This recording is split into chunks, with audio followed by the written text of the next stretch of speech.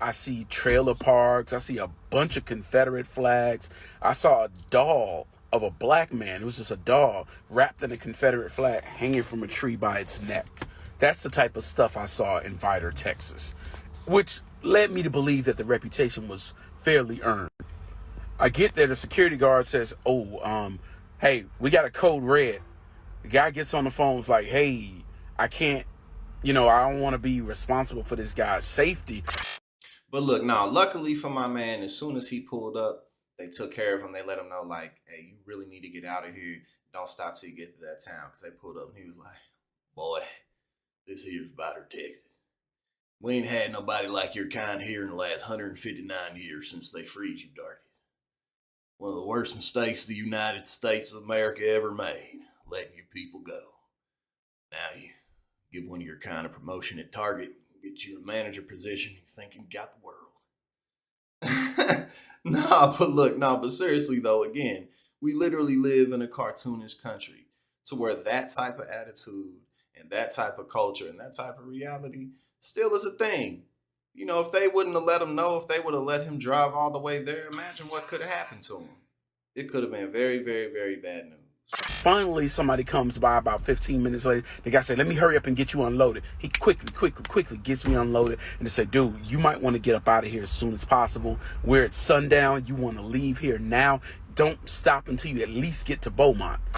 I mean, listen, when you live in a country that, decided Roe v. Wade 50 years ago, and now it's sucking up literally all the political capital in the air because it's that big of a deal.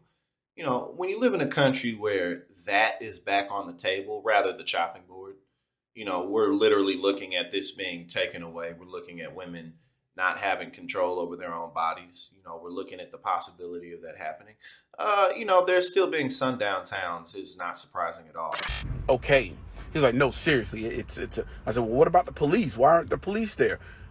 Police turn a blind eye. I was like, okay, well, I'm gonna do what you said. When you live in a country where a game show host can become the president, and just I don't even want to get into his whole presidency because we all remember we were all there. It wasn't so long ago. And the potential of him returning to Twitter because Elon Musk is saying he would end that ban. Well, yeah, having a sundown town experience is not surprising at all. And he said, yeah, man, I don't want to see you get in any trouble. So I went ahead and I took off, headed to Beaumont. I went to the Petro in Beaumont, slept there, and I had my Armalite Rifle 15 with me, slept with a couple of extra magazines. But I'm safe, y'all. But that was my night in the sundown. Because look, as light skinned as I am, I pull up to certain parts of the country, I still look like I am clearly not from around here. I'd be like, the hell you doing? In fact, we were shooting with TYT in a small town in Texas, a little north of Houston, over the summer.